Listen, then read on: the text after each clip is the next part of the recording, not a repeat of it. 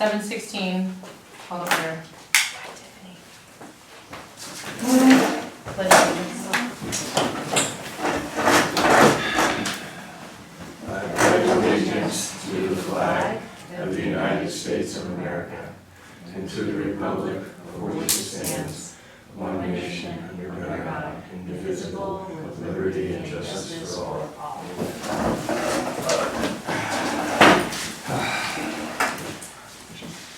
Any changes to the agenda? Okay, I will adopt the agenda as presented. Consent calendar. Motion to approve. Second.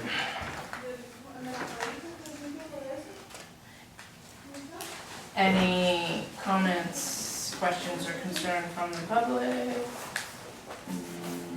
Nope. Any comments, questions? Nope. All in favor? Aye. Aye. Passes. Public comment on items not on the agenda? Nope. Not be considered public. I don't think so. District matters. All you. Well, I don't have a lot in here for this month, just an update on what's going on with the claim that we filed with Marinwood Water. It's pretty detailed note here for a district manager report, so if you have any questions, otherwise it's about 26,000 and change in a total claims that we have filed on 2 different ways. One is a reimbursement of billing. And reimbursement is not the right term because we haven't paid it, just for them to adjust it, and then the other is for all of the expenditures in repairing the damage that we allege they caused. Perfect. Yep. Any questions? Nope. Comments from the I hope public? they come through. You and me, both. I wasn't sure where to send the claim for damages, so I did a little investigative homework and found out who their staff attorney was and found her email and sent it straight to her. So there it went. And she Perfect. acknowledged receipt and away we go. Sweet. I like it. Fire department matters. You want to do one? Here, let's move on to this one. First, just expenditure authorizations, non-budgeted, yet needed expenditure. One of the 2 bay doors, the motor that operates the bay door that is dated from 1994 is showing signs of failure. We brought out one of the vendors that we have used for various needs for those specific doors.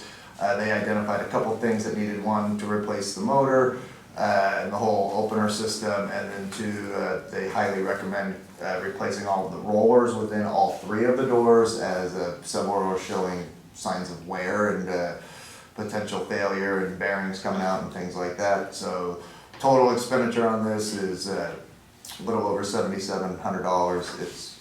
You got to be able to open the doors. This is a commercial grade opener operator, so I'm just seeking authorization to make the expenditure. How soon can? By next week, they said. Okay. Yeah, it'd be 1 day in and out, all work. It won't break before then? Because that door. It probably will now, Bill, but I mean, it's broken multiple Really? times That's the throughout the last question you number of had? years. yeah. How soon can they get it done? Yeah. Once we approve it. Yeah, no, as soon as it's approved, I'll sign the work order tomorrow and send it in, and they said that they could likely have a crew out here early next week to do the work. It's $7,700? Why do we need to approve it? They can't- Because it's a non-budgeted Okay. expenditure. Okay. I could have thrown it under emergency, but I just thought I'd go through the proper protocol here and do it Okay. this way.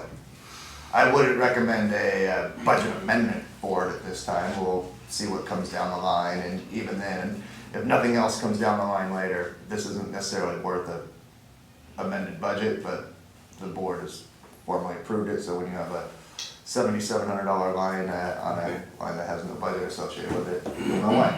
Cool. Make a motion? Motion to approve. Second.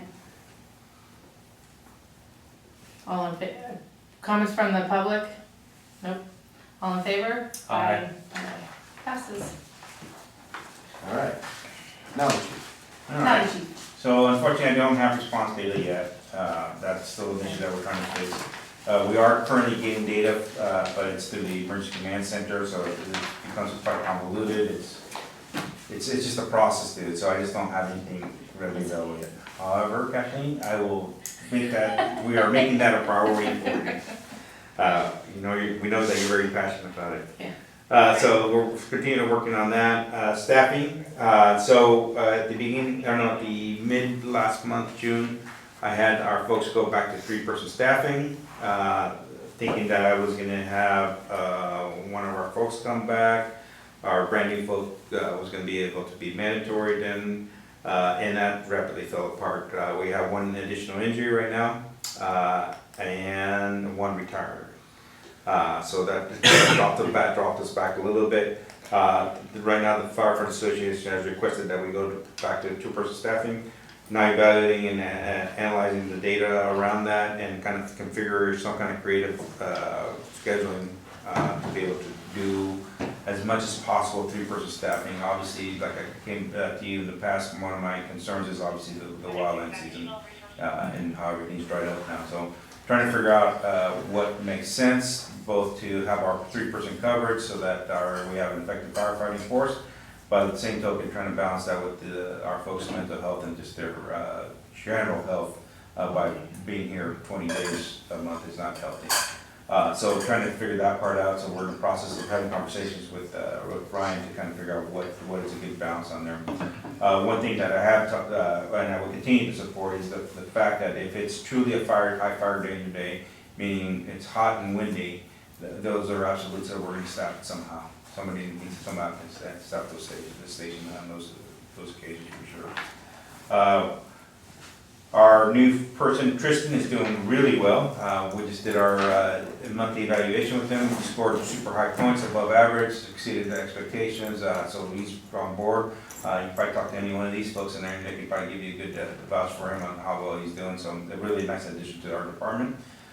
We do have 2 additional interviews this week. One person is from out of state, so we're doing a virtual interview, and then another person that's from the East Bay. So we were able to quickly get them scheduled. So once again, we're doing rapid approach. As soon as they apply, we're trying to get them as fast as possible, get them in an interview before somebody else grabs them. So that's been successful for us. And just moving forward with a lot of conversations around the San Rafael Fire Department staffing pattern that we come over here. So a lot of conversation around that, but that's kind of what I have to share. If there's anything else.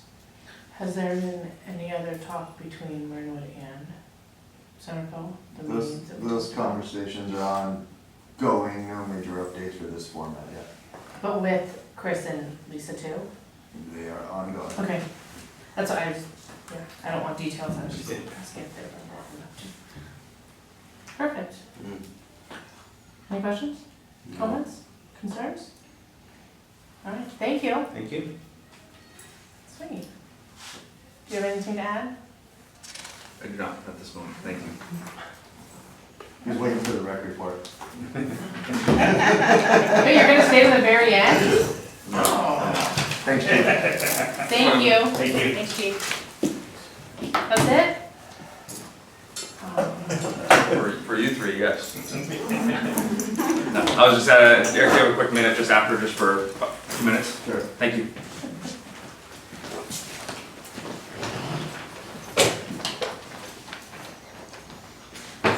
All right, Luke.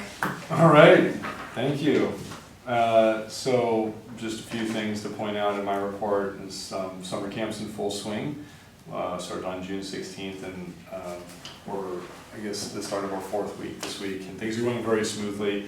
The weather's been great, and we've had a very busy summer, lots of little things, but the staff have been great and things are going very smoothly, and we're very pleased with how it's going.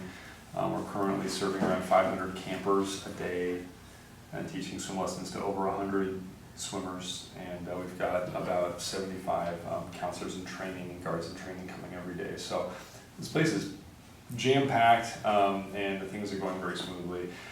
So we're pleased with the start of the summer so far. We brought back our summer overnight adventure that took place last week. And I don't remember the last time we did it, but I want to say it was before COVID. I guess I wrote that in my report. So it was before COVID.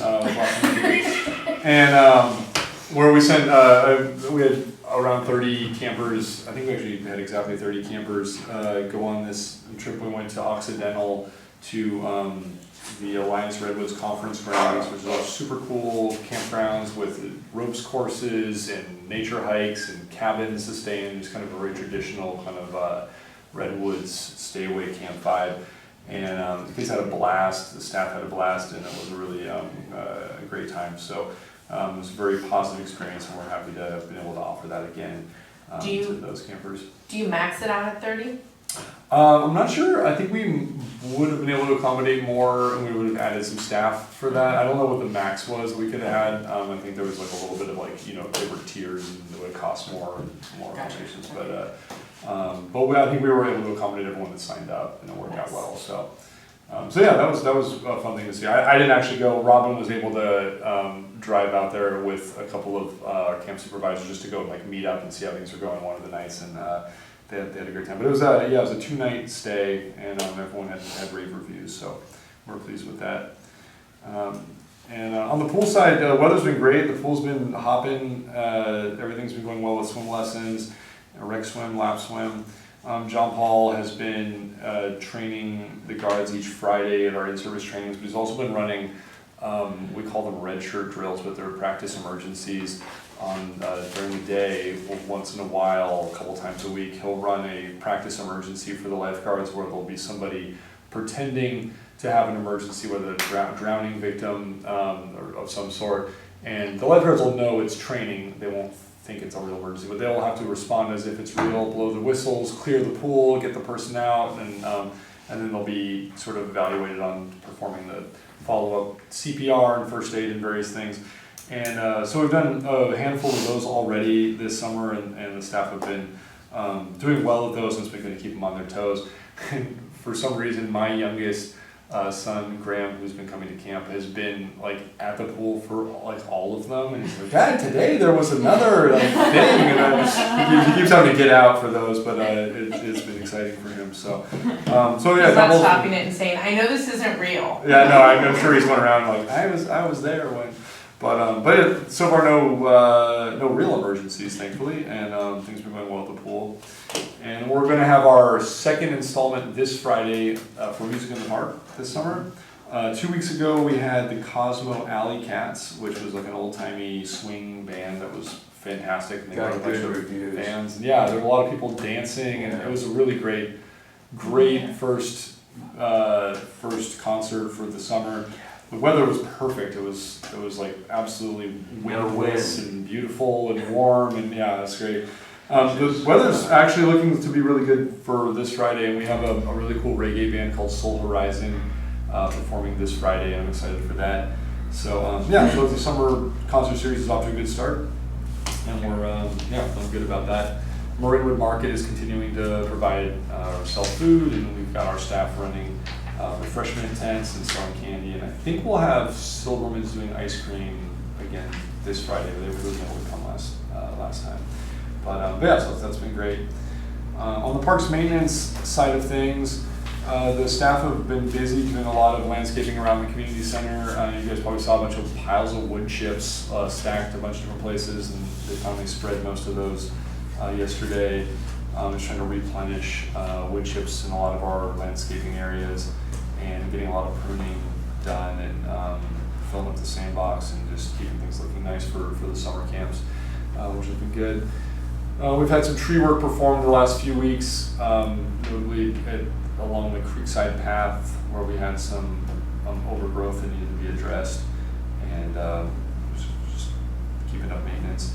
And then one notable thing with our equipment, we did have to replace our motor on our water trailer, which is a big, I don't know how many gallon tank it is, but it's a huge water tank on a trailer that we use to water plants in the spaces where we aren't irrigated. Some of the the Marinwood signs, the two big wooden signs on the Lucas Valley Estates sign, and then some of the medians and some other random areas that we don't have irrigation to. We rely on that water trailer, and it does need a motor to pump the water out.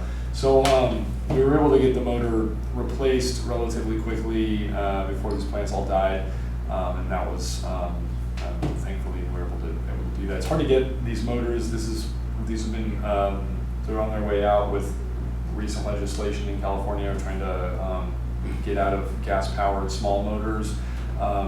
This particular type of pump motor, no one's really picked it up as, we've got like chainsaws, we've got pruners, we've got lawn mowers and blowers, all these things have gone battery to try to accommodate, phasing out gas motors, but random pump motors is just like not a lot of people are making a battery alternative, so it was a little tricky to get a replacement for that, but we were able to find one to get us through. Hopefully it'll last another like 30 years because that one was really old.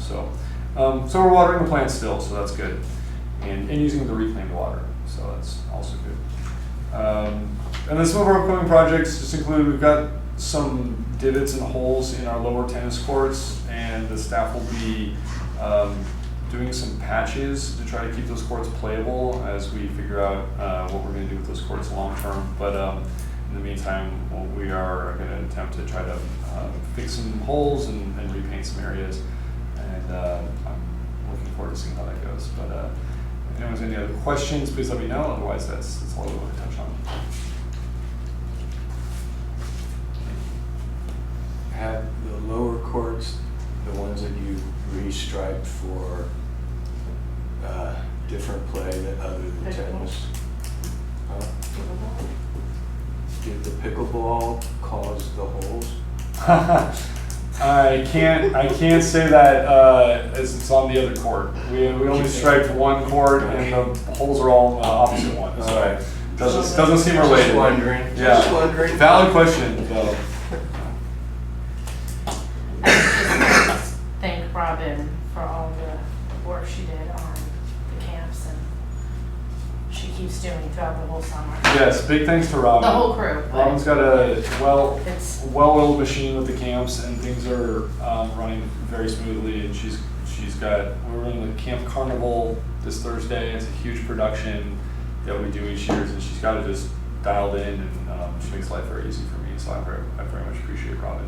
and thank you guys all for Music in the Park. Great job. All right. Any other items of interest for this meeting? None for me. None for me. Well, that's adjourned, 7:34.